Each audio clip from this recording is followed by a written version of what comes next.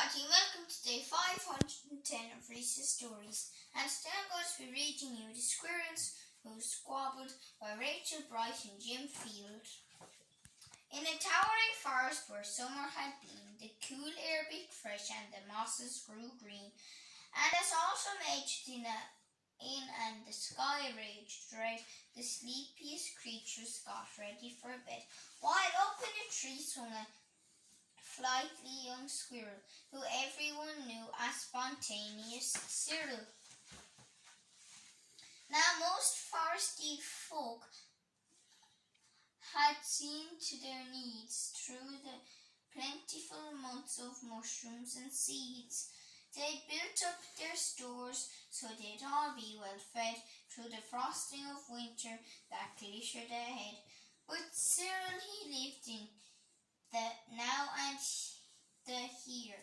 He'd adventured and partied his way through the year.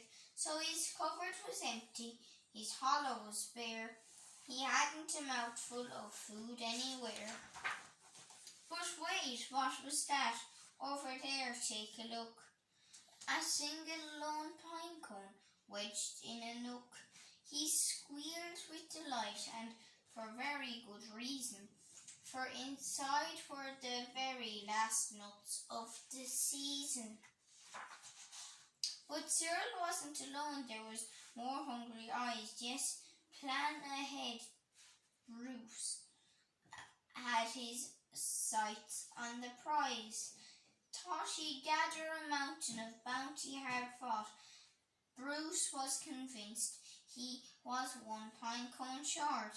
I simply must have it, he wistfully cried, as he dreamt of the fresh, juicy pine nuts inside. So as Cyril set off on his way to the ground, Rhys, he was also last pine cone bound. They sprinted and scurried with no time to gamble.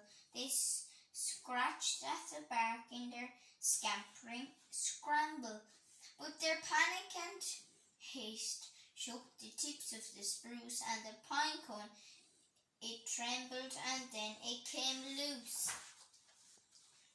Both squirrels gave chase at a lightning pace. This was the start of a wild, nutty race. It's mine, shouted Cyril. No, mine, hollered Rhys. You don't stand a chance, give up, it's no use. I'm hungry, cried Cyril. This cone is not yours. Stay back, shouted Rhys. This cone's for my stores. It whined over bushes and flew through the air. It beamed on the nose of a slumbering bear. It bounced over boulders, then came to a stop. They teetered and wobbled and quivered and plop. Both squirrels followed. Oh, the water was fast. Would they learn that they needed each other at last? But each was intent on how he could win, so they didn't quite notice a bird sweeping in. Cyril and Rhys, they watched in dismay, and their cone disappeared up and away. Come back, shouted Cyril. There are nuts, exclaimed Rhys, but all hope was gone. It was simply no use. And meanwhile they drifted right up to the ledge. Greed, it was driving them over the edge. Cyril and Rhys, they had taken a fall. They were paying the price for wanting it all. They'd squandered their chances to team up and share. Would their nutty young hopes simply end in despair? Bruised and bedraggled, they swept past dry land. Cyril grabbed on to a branch with a trembling hand. Catching Rhys with the other, he heaved and huffed and dragged him to safety with panting and puffs. They stared at the sky, quite lost in deep thought, until Rhys looked at Cyril and said, and let out a snort. "How silly we are," he proclaimed.